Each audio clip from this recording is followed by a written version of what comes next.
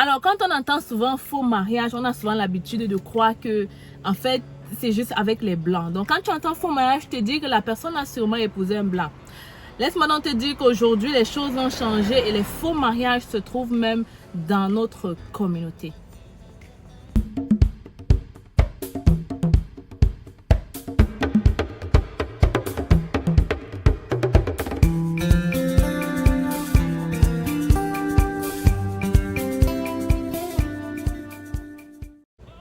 Alors mon petit Canadien, j'espère que vous allez très bien. Aujourd'hui, on parle toujours des relations au Canada, plus précisément des faux mariages.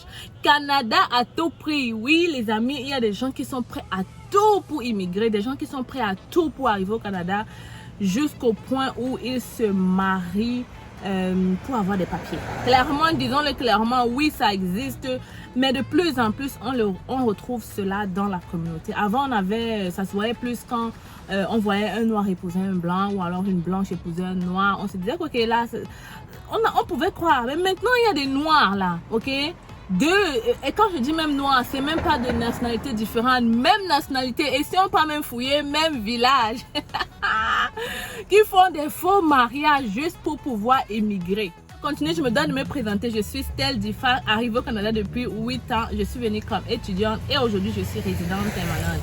Si j'ai décidé de créer la chaîne, c'est facile, c'est pour te permettre à toi aussi de réaliser ton rêve canadien. Alors dans la chaîne, je te montre comment immigrer au Canada par toi-même. Ici, on ne parle pas de faux mariage. Tu n'as pas besoin de passer par un faux mariage pour entrer au Canada parce que pour y entrer, c'est tellement facile et évident que si tu écoutes les vidéos, tu comprendras par toi-même que tu n'as pas besoin de risquer ta vie, de perdre ta dignité pour quoi que ce soit, pour une histoire. À cette occasion, nous avons donc 2 formations. Une pour les étudiants qui te montrent le processus complet pour venir au Canada comme étudiant à travers les bourses d'études, le choix de ta formation et même l'intégration au Canada.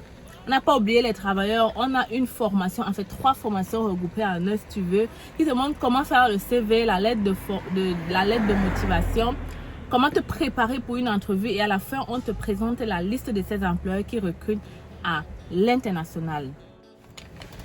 Parlons donc aujourd'hui de cette histoire de faux mariage là. Les amis, je n'arrive pas à comprendre pourquoi qu'est-ce qui se passe en fait dans la communauté. De plus en plus, on rencontre des Noirs, des Camerounais. Je parle des Camerounais ici parce que je suis Camerounaise et je n'écoute que les histoires des Camerounais.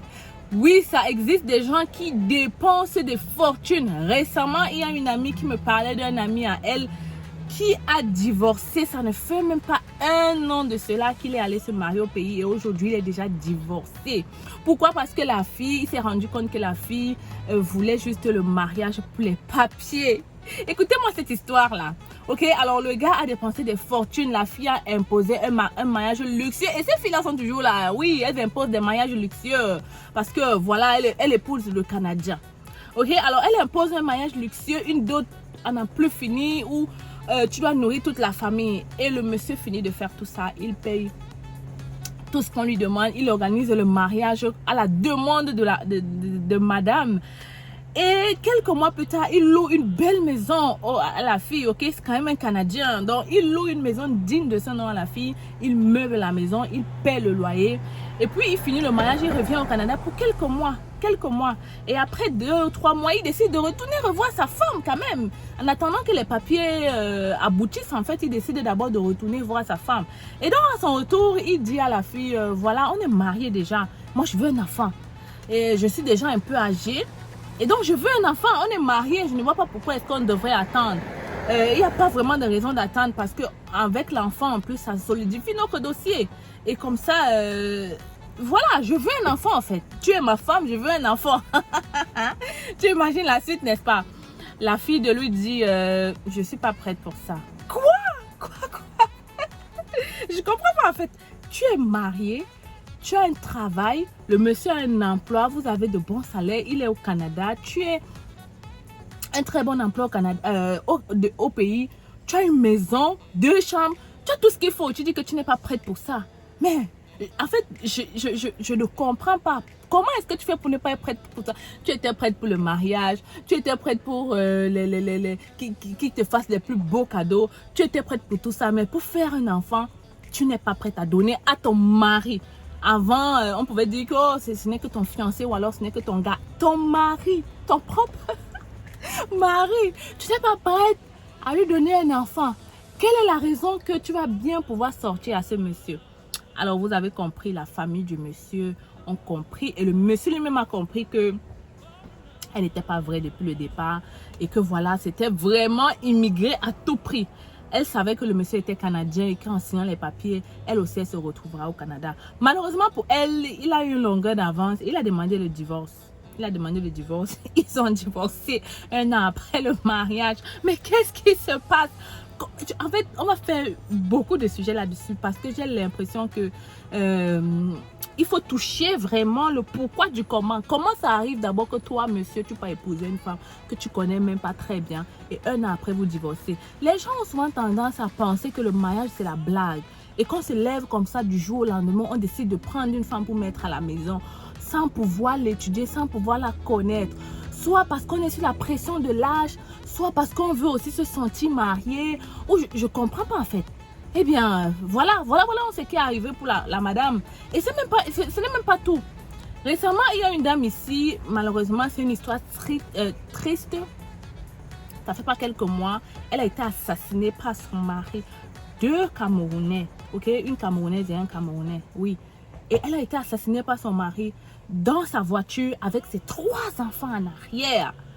Les amis, une histoire triste et tout le monde en parle déjà. On commence déjà à dénigrer les Camerounais au Canada à cause des histoires pareilles, des histoires de meurtre, des histoires de torture, des histoires de ceci. Et c'est comme ça qu'on commence déjà à...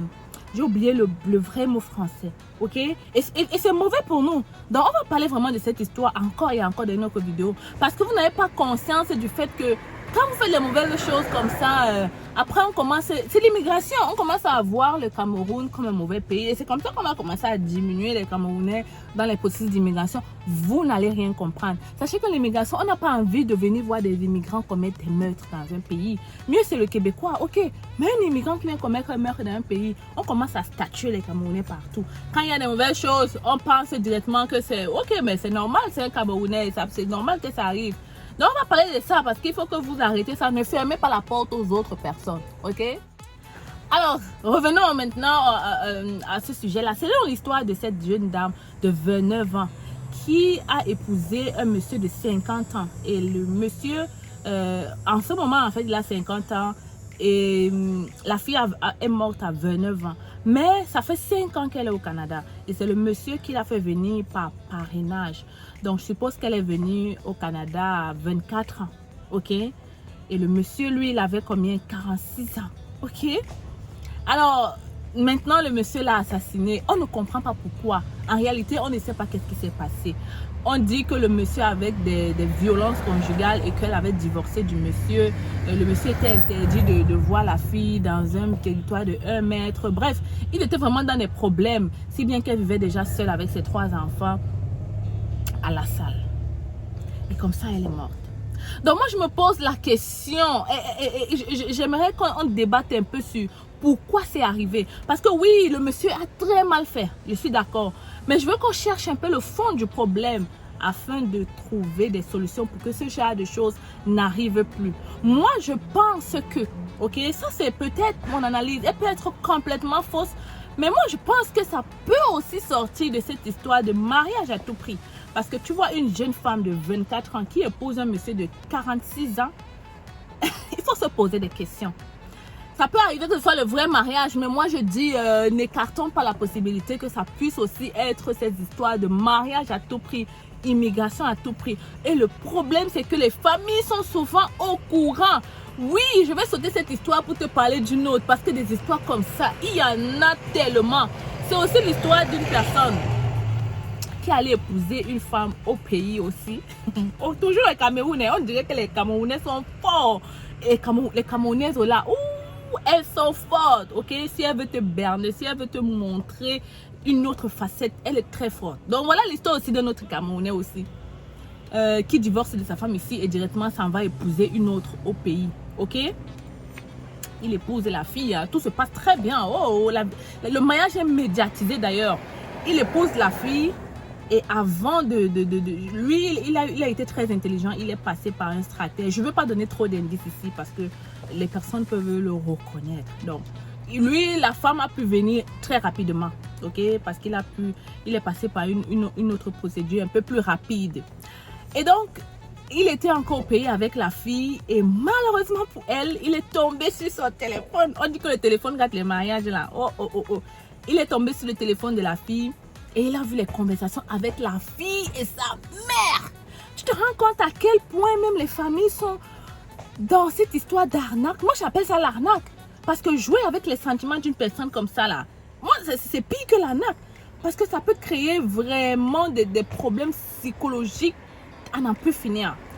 Donc voilà, donc la fille causait avec sa mère, ils étaient en train de tisser des plans. Elle disait à la mère comment à Canon, oui, dès qu'elle arrive là-bas, elle va divorcer dès qu'elle a ses papiers, elle va quitter le gars. Wow, wow. Elle a tout versé. Nous aussi les femmes par téléphone, on dit souvent que par écrit on ne dit pas tout. C'est mieux de s'appeler avant de dire des vérités. Bref, la fille a tout versé dans le téléphone. Elle a dit à la mère comment non, elle n'est pas là-dedans. Donc la mère savait depuis le départ. Le gars lit le message et voilà. Il est au courant maintenant de ce que la fille veut. Et pour X ou Y raison, il continue. Il accepte quand même de faire voyager la fille. Oui, malheureusement, ou alors heureusement pour elle. Je ne sais pas si le gars, elle l'est, ou alors s'il a des problèmes de trouver une femme, ou alors qu'est-ce qui ne marche pas bien dans sa tête. Mais il lit ce genre de message et il accepte quand même de faire venir la fille au Canada. Il accepte quand même de faire venir la fille au Canada. Et je suppose que peut-être qu'il a une manière pour que la fille n'obtienne pas rapidement ses papiers. Peut-être qu'il a une manière.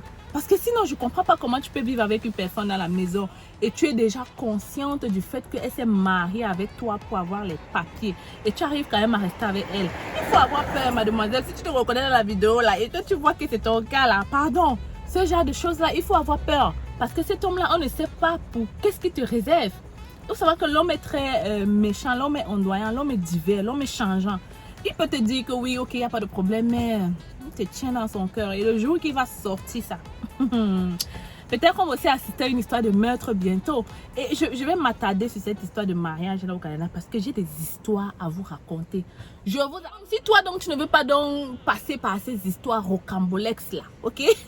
Tu veux pas passer par ces histoires rocambolesques, par la mer, par tout ça. Tu veux immigrer proprement avec tes papiers. Prends les formations, je vais laisser les liens dans les descriptions ou alors dans les commentaires, je vais épingler pour que tu ne manques pas cela. Donc je vais laisser les liens, tu passes à l'action, tu payes la formation et si tu as des problèmes de paiement, tu nous écris à l'email hello@commercialcefacile.com et on pourra donc te répondre et t'indiquer comment faire. Donc des histoires comme ça de mariage, moi je pense qu'on va vraiment s'attarder là-dessus parce que ça commence déjà à donner une mauvaise figure du Cameroun. Ça commence à freiner l'immigration du Canada à travers le Cameroun. Maintenant, quand tu marches, on te demande, tu viens du Cameroun. Dans votre pays, là, il y a des gens vraiment très, très malsains. On commence à nous stigmatiser. Voilà le mot que je cherchais. Voilà, c'est ça. Et c'est pas bon pour nous parce que vous allez bloquer la porte à nos frères derrière qui veulent immigrer. On va commencer à dire qu'au Cameroun, on veut seulement 20 places, on veut seulement ceci, on veut seulement cela, on veut seulement tel âge, on ne veut pas tel âge. On va même commencer à mieux regarder cette histoire de mariage entre Camerounais qui immigrent là. On va commencer à poser trop de questions aux gens qui vont venir en arrière. Donc, on va parler de mariage parce que l'histoire là, moi encore, je suis encore stupéfaite par ces histoires qui arrivent là. Et puis on se demande pourquoi. Et je vais te dire la vérité, c'est que ce n'est pas seulement les hommes. Dernièrement, je parlais de ça avec des camarades et puis on me dit que oh mais ça arrive seulement aux hommes. Non, beaucoup de femmes partent chercher les hommes au pays. Si vous ne le savez pas, c'est parce que vous n'êtes pas des femmes. Beaucoup de femmes partent chercher les hommes au pays. Et là alors, on ne sait pas si c'est plus. C'était votre styliste en CV canadien, je vais te laisser ici. J'espère donc que toi, tu ne veux pas tomber dans ces pièges-là. Tu veux immigrer proprement. Je t'attends dans les formations. On se retrouve très bientôt.